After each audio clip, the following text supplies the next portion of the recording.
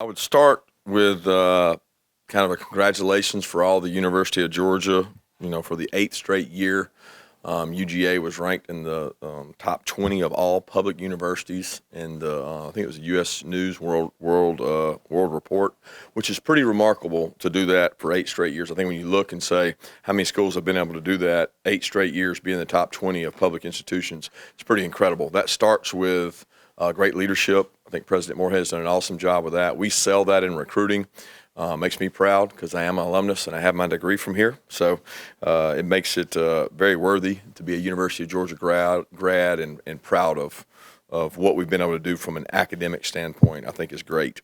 Moving on into our team, Ron informed me that we have the longest injury list we've ever had since being here. So it continues to grow, and I think that's a trend across college football. You very rarely hear me talk about our guys being injured or woe is me. I don't think it's something that you can control. We practice how we practice, and for a couple years we've been really fortunate to not have very many injuries. And I always hear about other teams, and this year it seems to be the theme across. I know Shane had a lot at South Carolina.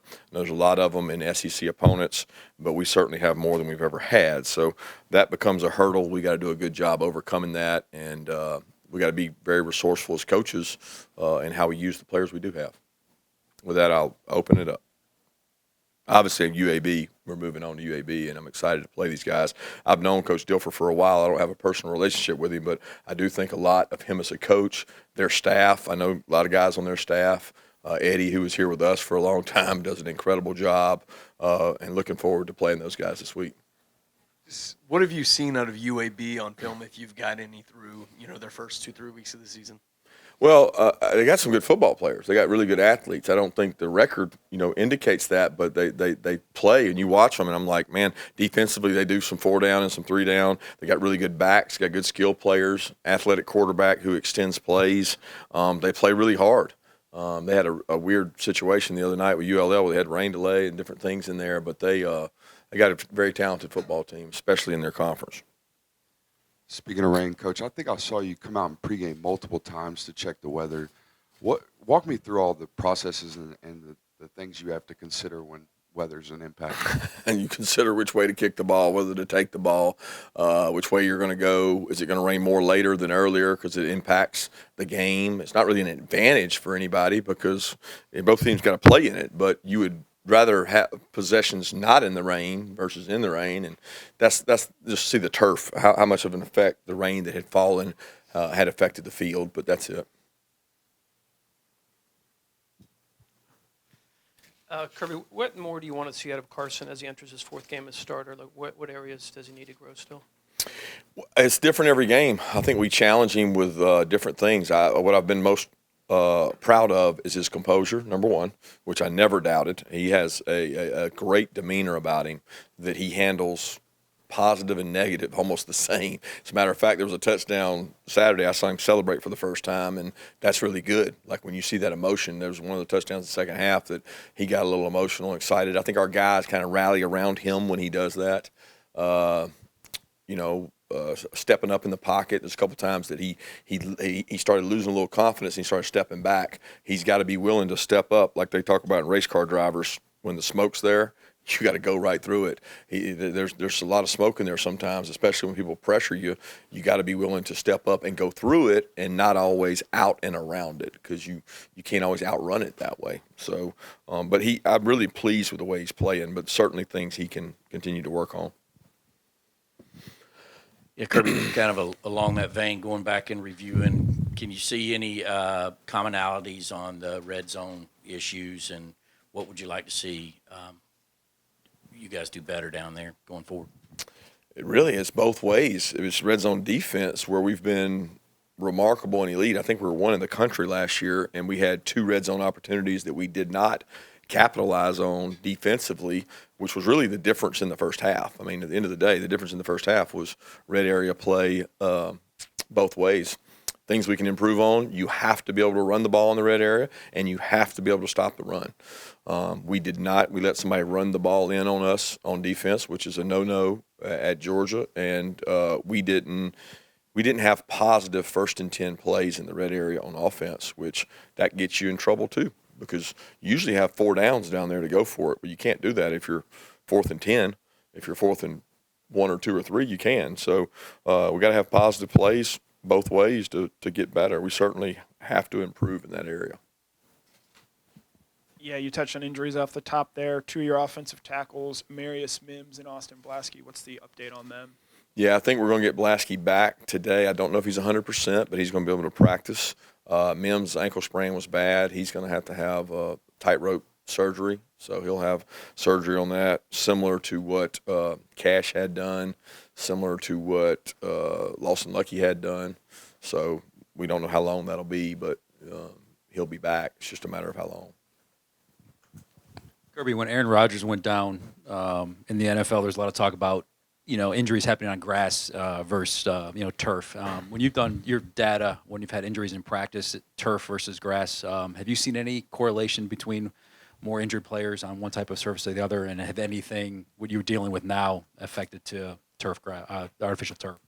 No, most of the indicators we have outside of our practices suggest a little more on turf. I think that's what the NFL would probably argue, that more on turf and less on natural grass. We're on natural grass a lot more here than we are on turf. We keep independent studies of where ours happen. Ron and his staff report that, submit it so that you can follow it. We don't have any indication that ours is more or less on turf than grass. It's actually almost exactly the same. And ironically, most of ours this year have been in games. So that's where you'd rather your injuries happen in games if they're going to happen at all. We don't want injuries to happen, but when they've happened in games this year, they've obviously been on grass. Yeah, Kirby, going back to Carson, what specifically did you learn about him in terms of handling adversity, going into the locker room with a 11-point halftime deficit and sort of rallying the offense to come back there in the second half? He didn't rally the offense to come back. I mean, we had a 13 and 11 play drive in the first half that he came out to be 3 points. You know what I mean? So like that's hard to do if you look at it. Like that's really hard. You can't have a 14 play drive and an 11 play drive and get 3 points usually. That's just, I mean, you usually have turnovers, right? And we didn't have that in those situations. So it wasn't a matter of that could happen, and you're going to get stopped at times. You're going to struggle at times, but we struggled less in the first half than we did against other opponents. So I thought he did a good job keeping his composure though, and showed his resiliency. Kirby, I know you don't concern yourself too much with outside noise or fans, but in terms of the structure of your oversight of the offense, I mean, everybody, wants to just throw Mike Bobo under the bus anytime anything goes wrong, it seems like. Mm-hmm. Can you share how you game plan for that complementary football? I know earlier you said first game plan leaned a little bit more on the defense because they were experienced. Is there still some of that going into each game? No. I would say the first game when I made that comment, it was more about Carson's first start and trying to protect him some. But the offense that we've played this year is the exact same offense as we've played for the last 3 years. Look at the plays. Anybody that knows football would tell you that the plays are the same. Our execution in the red area hadn't been great and hadn't scored as many points. We haven't been as explosive and as dynamic. And some of that has to do with players being out, and some of that has to do with executing. But very comfortable with where we are offensively. Coach, the 3rd and 16, I believe you guys pressure right there. What went into the decision to pressure, and when you go back and coach it up, what was to be corrected? Well, pressure's a good thing, and we think that pressure and quarterbacks affect them. Number one, doesn't give them all day to throw the ball.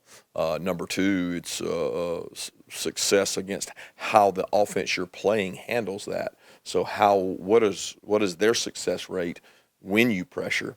And that's something you look at each game. You don't do anything 100% of the time, right? You do something and you pitch. You throw fastball, curveball, changeup. Boom, you better have 3 pitches. That just came in the process of pitching. And last time I checked, the pressure didn't cause a touchdown. You know what I mean? The 3 missed tackles and the poor angles probably resulted in the touchdown. So usually when somebody does something well, you probably didn't do something well. They did. They executed well. They hit a good play, but they didn't score because of the pressure. They scored because we missed 2 tackles. Coach, you kind of talked about fixing those first half issues and figuring out the game plan, stuff like that. Just trying to work on that. You talked at the end of the game. What have the conversations kind of been like with your coordinators to try and relieve those first half issues and get the ball rolling a little bit faster? Well, I thought really our first half issues revolved around our defense first possession would be the biggest thing. I think you got to start fast. I think historically, defensively, somebody can do the study, but we usually start pretty fast on defense. Now, Georgia Tech game, I know that was the first possession of a game that we gave up a touchdown last year, and that happened third game this year on a team that did a good job, came in and got on rhythm, and there's still things we did. Like, are we talking about this if we tackle him on 3rd and 15? I don't know. I'm really thinking about UAB, so I'm trying to keep you guys happy and appease you, but I'm very pleased with where things are. I'm not panicking in any kind of way because South Carolina has a good team, and we're figuring out who we are. We're figuring out who we are with our identity, and I think our coaching staff and players and complete organization is doing a great job. You guys just aren't happy with the results, but I'm very happy with the way our guys fought back and came back and overcame. Speaking of UAB going into this week, if you're without Amarius Mims, do you stick with Xavier Truss at right tackle and Dillon at left guard? I don't know that. I mean, it's going to depend on the health of some of the other O-linemen. Where's Blaskey's health? Where do we get the best 5 from? So a lot of that'll play itself out over the next 3-4 days. But I do think Truss gives us that flexibility, and he did a nice job on the run the other day to be able to go do that. Kirby, I wanted to ask you about Carson. Perception is not always reality, but it seems like his first 3 games, first time he gets the chance to kind of take a shot downfield, he's successful with it. It's almost like there's a little bit of a kickstart there. Would you agree with that? And what do you think kind of goes into that for him? Is it something that kind of maybe loosens him up a little bit? I don't really understand what you're asking, to be honest. You want more shots downfield. There's shots on a lot of plays that the look's not there. If it's middle field closed, you don't just take a shot. The quarterback has a read. If they're in quarters and the safety's deep, you don't just take a shot, right? So what he's really good at is one of the best I've been around at seeing the coverage, knowing what it is, and then knowing where to go with the ball. We did have a little more pressure the other day than we're used to, and he did a nice job adjusting to that. I mean, they got hurt pressuring. The play to Rah-Rah later in the game was pressure, and he hit the right guy on the right look. So I guess I don't know if that answers your question or not, because I don't know perception, and I really don't know your reality or anybody's reality, because I don't judge other people's perception. I only look at what happens in the game and what happens in practice, and feel very good that Carson's doing a good job. Are you prepared to travel next month after a comfortable 4 weeks at Sanford? And looking further down the line with teams like Tennessee and Ole Miss, how is the team strengthening its game to get ready for those matchups? I ain't even thought about Tennessee and Ole Miss, and I ain't thought about traveling. I mean, it didn't even cross my mind. So I'll respect the question as best I can that I'm worried about UAB and figuring out how we can be more resourceful with the players we got that are healthy. Coach, we talk about still learning this team's identity. How much did you learn, though, from this past weekend as you move forward now?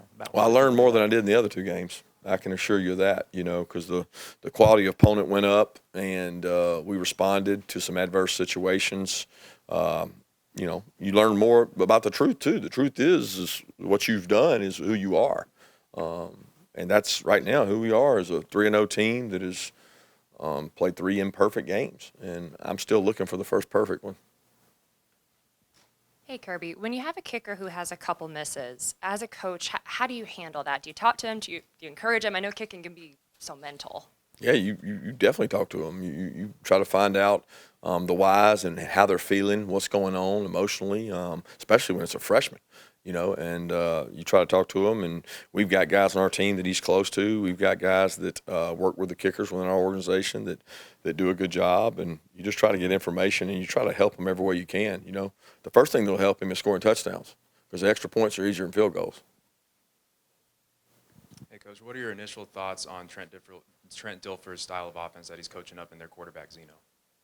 Really impressed. I mean, his offensive coordinator, Alex Mortensen, was at Alabama forever. Chris Mortensen's son, he was at Alabama and behind all the offenses, worked with Bill O'Brien, worked with Sark, was there when I was there. I have a lot of respect for Alex. He waited his turn, and he got an opportunity to go be the coordinator there. So I see a lot of flavor in his offense of a lot of the offenses that had been there at Alabama, and I'm sure Trent imparts his knowledge on that as well. Kirby, back to injuries. Did any update on Kendall and his situation? And it looked like Roderick Robinson also came off a little bit banged up. Yeah, Roger got a high ankle sprain. We'll find out how he is today. Kendall had a MCL that he's had before. He had one last year, but I don't know how significant it is, and find out where he is today as well. You ever cross paths with Trent? Any travels, any relationship with him at all? And any of your kids ever gone to one of his coaching camps back in the day? No. I've only had conversations with Trent about quarterbacks that he trained during the recruiting process. You might call and say, hey, what do you think of this kid? What do you think of this kid? How was he out there at this camp? That kind of thing. But I've never I've talked to him on the phone, but I've never had a personal relationship with him. Continuing the theme of injuries, can you update us on Javon, McConkey, and Spurlin?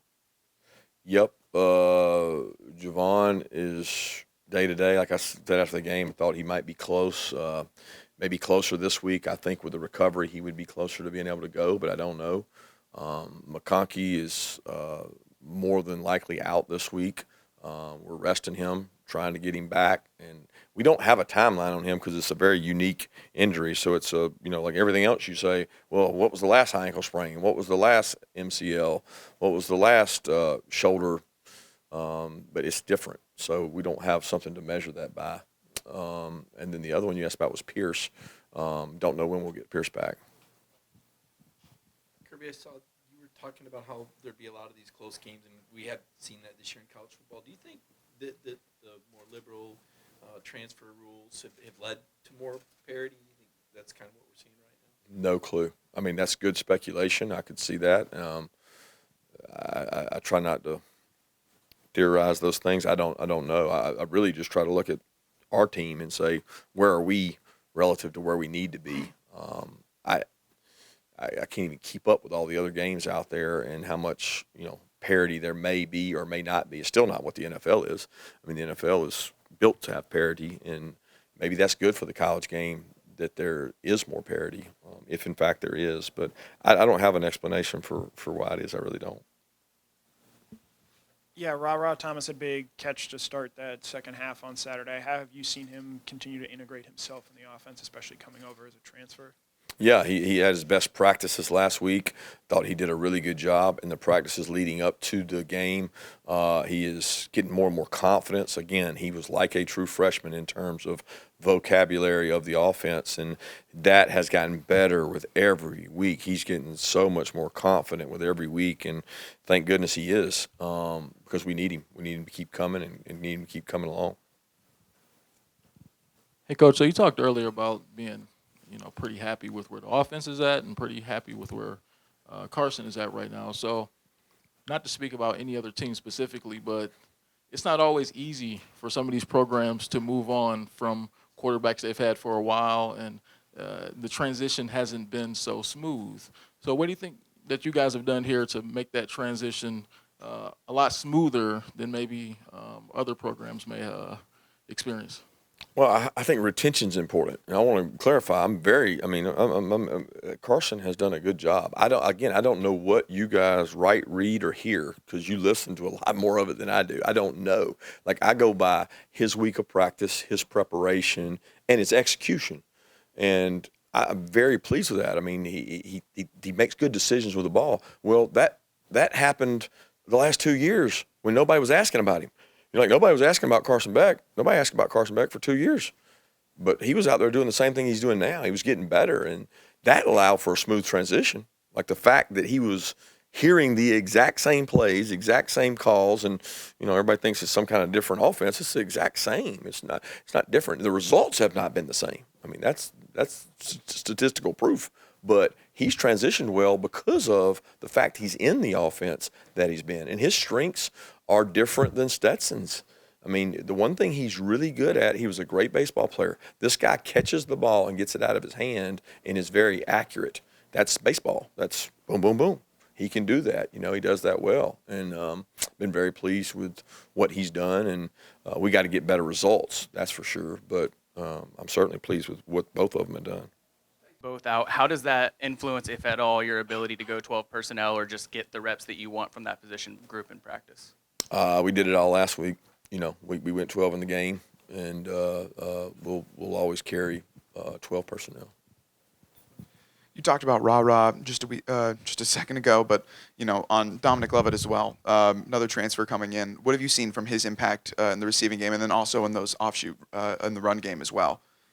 Yeah, most of his receptions so far have been run game receptions, and then some really critical third downs he's made plays in the slot. So I've seen his confidence grow.